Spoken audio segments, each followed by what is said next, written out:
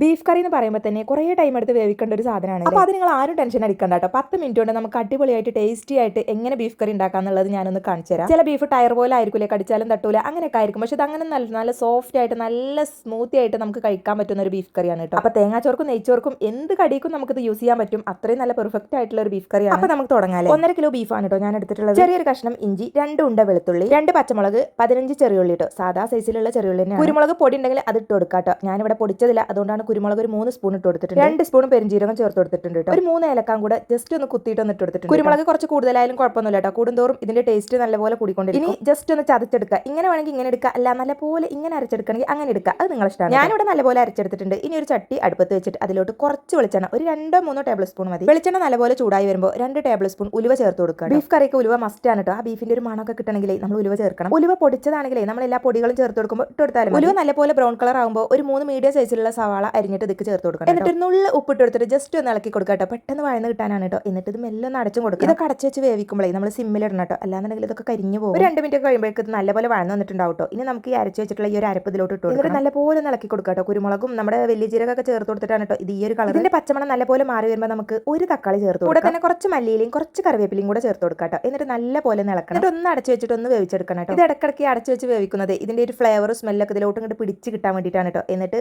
ഒന്ന് തുറന്നു കൊടുത്തിട്ട് മെല്ലെ ഒന്നുകൂടെ ഇളക്കി കൊടുക്കുക. ഏകദേശം ഇത് വഴന്ന് വന്നിട്ടുണ്ട് കേട്ടോ. ഇനി നമുക്ക് ഇതിലേക്ക് ഈ ഒരു പൊടികളൊക്കെ ഒന്ന് ചേർത്ത് കൊടുക്കണം കേട്ടോ. 1.5 സ്പൂൺ മഞ്ഞപ്പൊടി ചേർത്ത് കൊടുത്തിട്ടുണ്ട്. 4 ടീസ്പൂൺ നമ്മൾ മല്ലിപ്പൊടി ചേർത്ത് കൊടുത്തിട്ടുണ്ട് കേട്ടോ. കുറച്ചുകൂടെ ഉപ്പ്. മുളക് പൊടി ഇടേണ്ട ആവശ്യമില്ല കേട്ടോ. നമ്മൾ പച്ചമുളകും അതുപോലെ തന്നെ കുരുമുളകും നല്ലപോലെ ചേർത്തിട്ടുണ്ട്. അതുകൊണ്ടാണ് മുളക് പൊടി ഇടാത്തത്. മണത്തിന് കുറച്ച് ബീഫ് മസാലയും കൂടെ ജസ്റ്റ് ഒന്ന് ഇങ്ങനെ വതറി കൊടുക്കുക. നല്ലപോലെ ഇളക്കുക, അടച്ചു. എന്ത് കറിയിലും മഞ്ഞപ്പൊടി ഞാൻ കൂടുതൽ ഇടാറുണ്ട് കേട്ടോ. ഇനി വേണമെങ്കിൽ നിങ്ങൾക്ക് അതിന്റെ ക്വാണ്ടിറ്റി കുറച്ച് കൊടുക്കുക. പൊടികളൊക്കെ ഇട്ട് നല്ലപോലെ ഇളക്കി ഒന്ന് മൂടി വെച്ചിട്ട് ഒന്ന് ഇങ്ങനെ വഴന്ന് വരുമ്പോൾ ജസ്റ്റ് ഒന്ന് തുറക്കുക. നമ്മൾ ഈ ബീഫ് അതിലോട്ട് ചേർത്ത് കൊടുക്കുക. വഴറ്റുന്ന പാത്രത്തിൽ നമ്മുടെ ബീഫ് കൊള്ളൂല. അപ്പോൾ ഞാൻ കുക്കറിലോട്ട് മാറ്റിയിട്ട് ഇത് നല്ലപോലെ മിക്സ് ചെയ്ത് കൊടുക്കുന്നുണ്ട്. ഉപ്പ് കുറവാണെങ്കിൽ ഈ ടൈമിൽ നമ്മൾ ചേർത്ത് കൊടുക്കണം. പിന്നെ നമ്മൾ ഇട്ടിട്ട് അതിക്ക് പിടിക്കൂല. പാത്രം മാറ്റാൻ പ്രധാന കാരണം നമുക്ക് 10 മിനിറ്റ് കൊണ്ട് ഇത് വേവിച്ചെടുക്കണമെങ്കിൽ നമ്മൾ കുക്കറിൽ തന്നെ വെക്കണം. അതുകൊണ്ടാണ് നല്ല തിക്കായിട്ട് നല്ല ഗ്രേവി ആയിട്ട് കിട്ടണമെങ്കിൽ വെള്ളം ഒഴിക്കാതെ ഇതുപോലെ തന്നെ അത് വേവിച്ചെടുത്താൽ മതി. ഞാൻ കുറച്ച് കറി ആവശ്യമുള്ളതുകൊണ്ട് കുറച്ച് വെള്ളം ഒഴിച്ചു കൊടുത്തിട്ടുണ്ട്. കുറച്ച് വെളിച്ചെണ്ണയും അതുപോലെ തന്നെ കുറച്ച് മല്ലിച്ചപ്പും കുറച്ച് കറിവേപ്പിലും ഇതും കൂടെ ഇട്ടിട്ട് നല്ലപോലെ ഒന്ന് മിക്സ് ചെയ്ത് കൊടുക്കട്ടോ. ആ ഒരു വെളിച്ചെണ്ണ നമ്മൾ ഇതിന്റെ മുകളിലോട്ട് ഇങ്ങനെ ഒട്ടിച്ചു കൊടുക്കുമ്പോൾ വേറൊരു സ്മെല്ലാണ് കേട്ടോ. ഇത് വെന്ത് വരുമ്പോൾ പിന്നെ ഒരു 5-6 വിസിൽ അത്ര മതി. അപ്പോഴേക്കും നമ്മുടെ ബീഫ് സെറ്റ് ആയിട്ടുണ്ടാവും. ഇനി ഈ ഒരു 6 വിസിലിന് ഇത് വെന്തിട്ടില്ല എന്നുണ്ടെങ്കിൽ ഒന്ന് ജസ്റ്റ് ഒന്നും കൂടെ തുറന്നിട്ട് ഒന്നും കൂടെ അടച്ചു വെച്ചിട്ട് ഒരു 2 വിസിലും കൂടെ വേവിക്കട്ടോ. അപ്പോൾ നല്ലപോലെ വെന്തിട്ടുണ്ടാവും. ഓരോ കുക്കറിനനുസരിച്ചിരിക്കും കേട്ടോ. നമ്മുടെ ബീഫ് കറി ഇവിടെ അടിപൊളിയായിട്ട് ഒരു 6 വിസിലിന് അടിപൊളിയായി വെന്തിട്ടുണ്ട് കേട്ടോ. ഞാൻ അതിലേക്ക് കുറച്ച് മല്ലിയില കൂടെ ചേർത്ത് കൊടുത്തിട്ടുണ്ട്. ഈ ഒരു മല്ലിയില ഇട്ടിട്ട് ജസ്റ്റ് ഒരു 2 മിനിറ്റ് ഒന്നും വേണ്ട, ജസ്റ്റ് ഒന്ന് തിളപ്പിച്ചെടുക്കട്ടെ. അപ്പോഴേക്കും നമ്മുടെ ബീഫ് കറി ഇതുപോലെ നല്ല തിക്കായിട്ട് നല്ല കൂടുതൽ തിക്കില്ല